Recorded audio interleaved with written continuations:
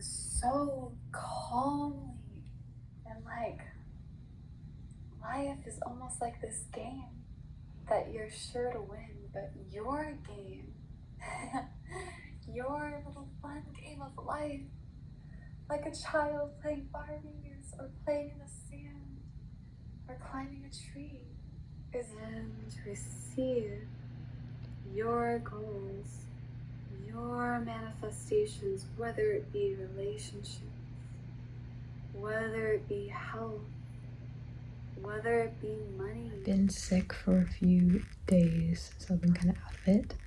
Experience with the goddess was in a coven that I joined in Austin, and it was the first time that I had experienced intimacy without sexuality, and experiencing spiritual intimacy with those women allowed me to understand that my needs can be met, spiritual needs can be met outside of the bedroom. So I'm holding deep gratitude for Shannon today, and a lot of centering into who I am, and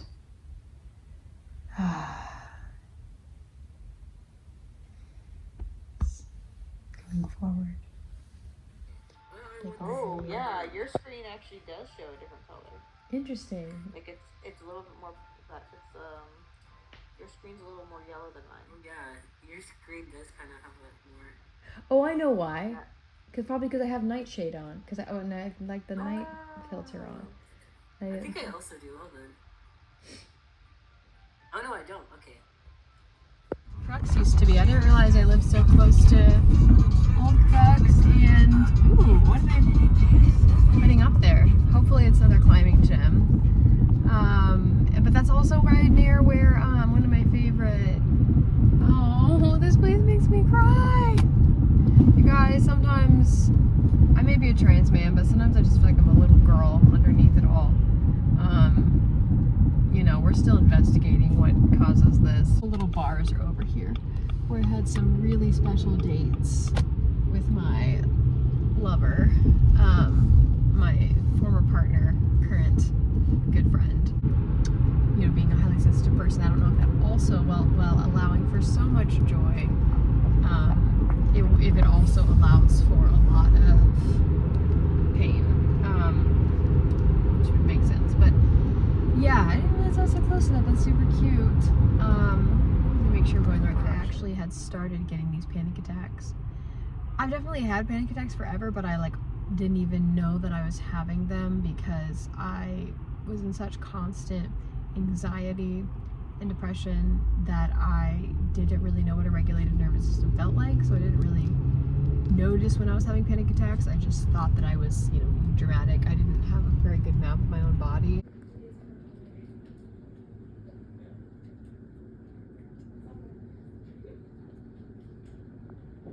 So cute.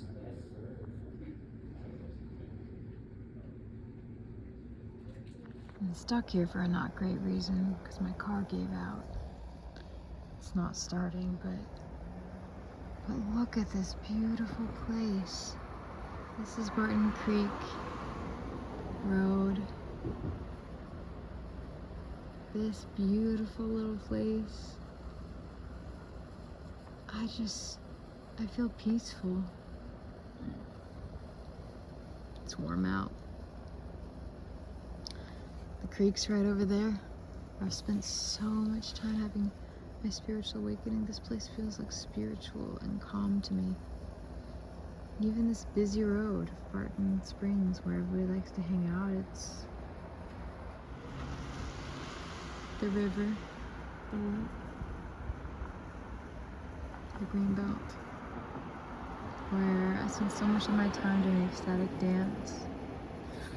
I'm waiting for a tow truck tonight, but I'm feeling emotional and just so grounded and peaceful. This is my favorite place in the world. Right here by the green belt.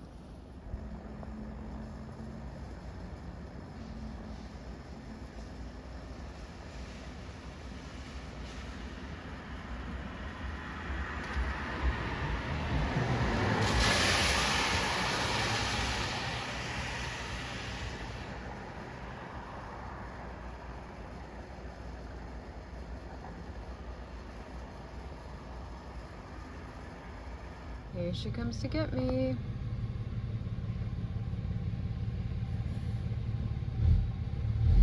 Mm. 1 a.m. and I'm home. It's the new room. It's tiny, but it's cheap. So I just had to spend like $300 or so tonight trying to get my car jump started and towed back here. I had to spend $800 the other day fixing it. So that's alright, but thankfully I live a walking distance from work. Okay, babies. I applied. It seems like it takes so long. I think it actually took me 2 hours to apply to 2 more jobs, Integral Care and Blue Bonnet, on their mobile crisis outreach team, which are both like flexible. My job here at LifeWorks is about to go down to 20 hours only. So that's not going to be enough. So I don't even know if I talked to you guys about this yet, but I did not get into the counseling program. First, I was feeling really internalized about it and like, what am I doing wrong? Is there any hope type of a thing? Until I looked it up and found out that like most people get rejected at least 2 or 3 times before getting into the program, a grad school program or a PhD program. I'm going to apply to Texas State Seminary and St. Edward's next go round. Go ahead and apply to St. Edward's for the spring, because I'm pretty sure I missed the fall deadline. It's already March. And but Texas State, it's a little bit more. Obviously I have to ask my recommenders for letters again, which I feel really.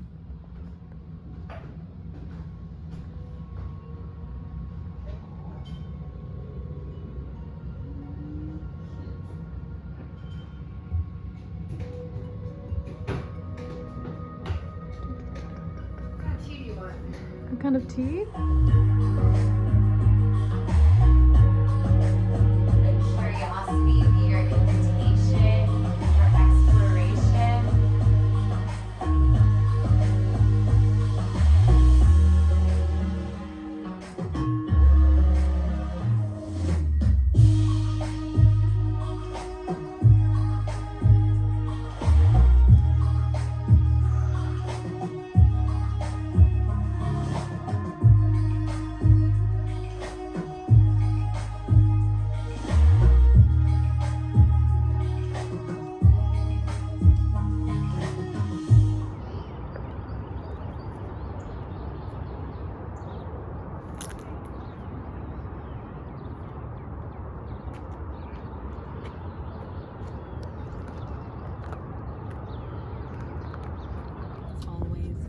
So keep your seatbelt fastened, please. No!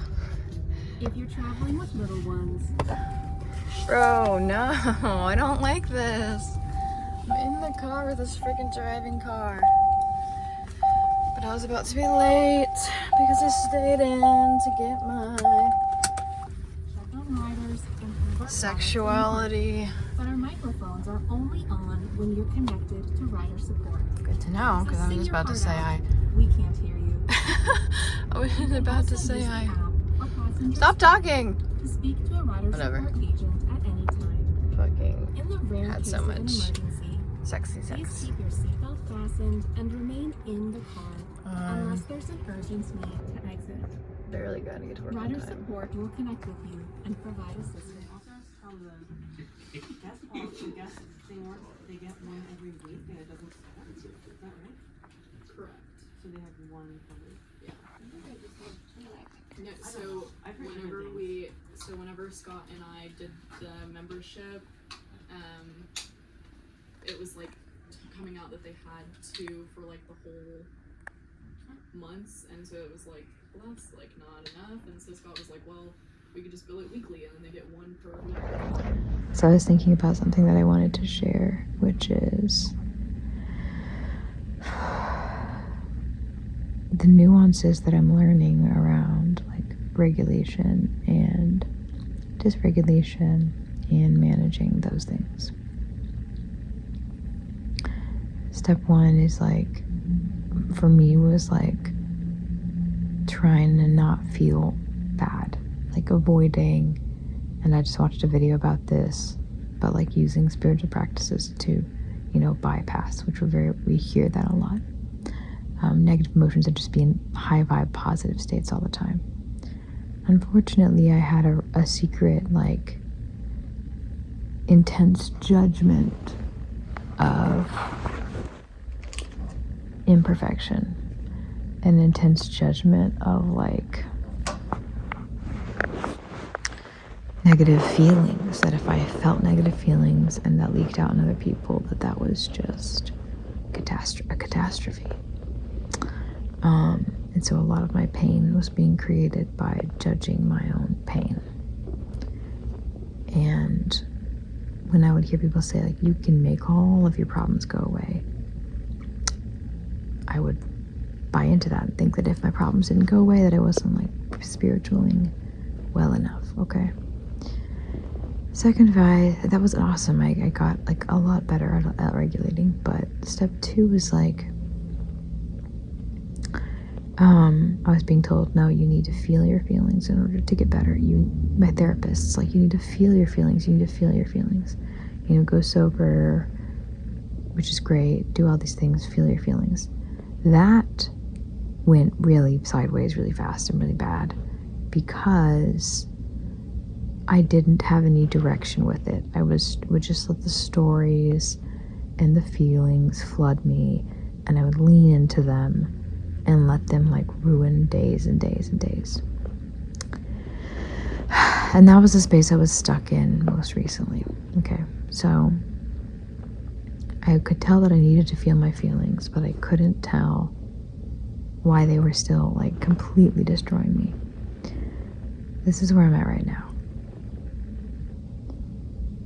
When you're with a moment of dysregulation,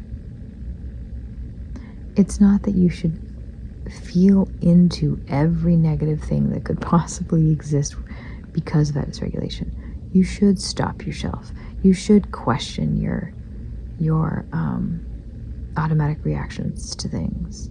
If someone says, hey, can you not be late for work again, you will feel dysregulated, and you can feel all of these stories about, I'm never good enough, I'm a horrible person, I can never keep, like, you will have all these stories coming up in your body and in your mind, and you can't necessarily make them go away. I needed to stop trying to make them go away, and I also needed to interrupt my distress at the distress. Like, I'm gonna have a wave of dysregulation in my body. What I can work on is accepting that dysregulation. It's just accepting it. It's not feeling into it.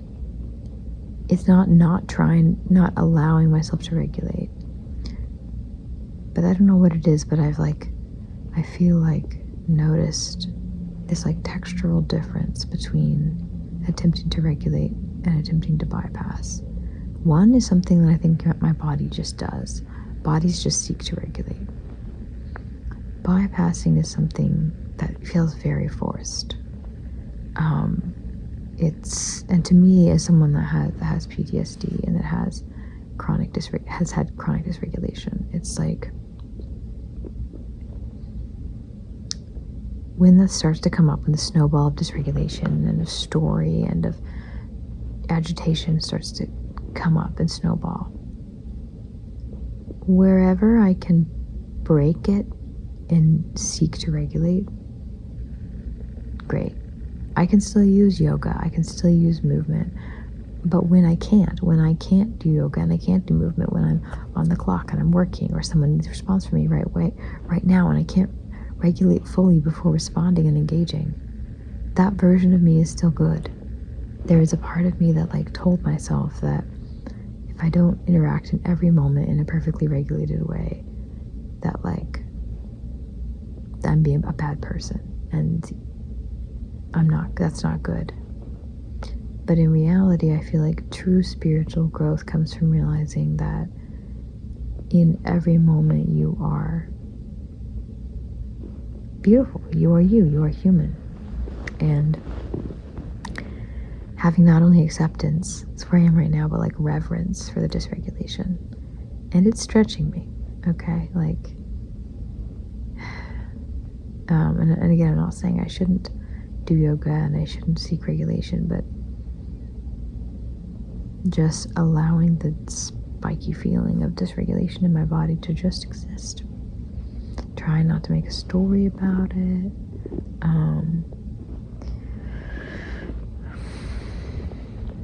And that doesn't make me a bad person. That doesn't make anything wrong.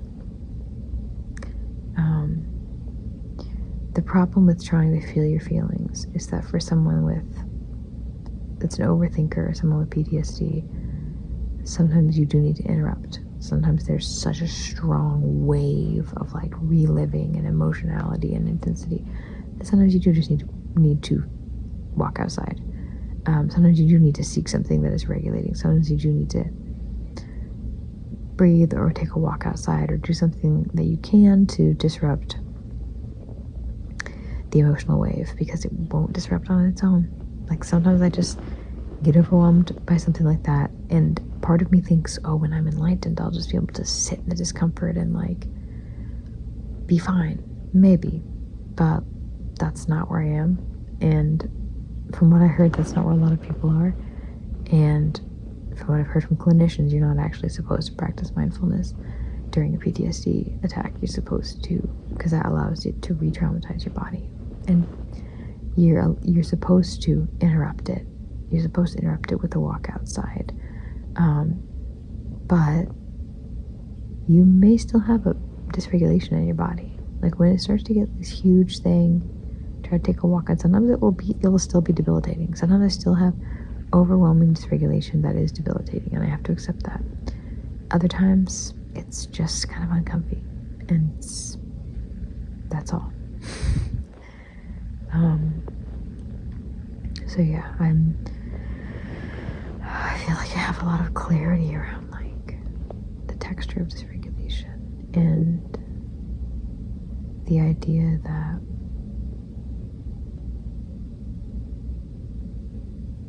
just accepting it.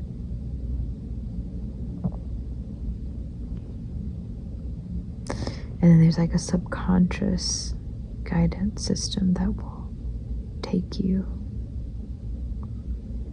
somewhere really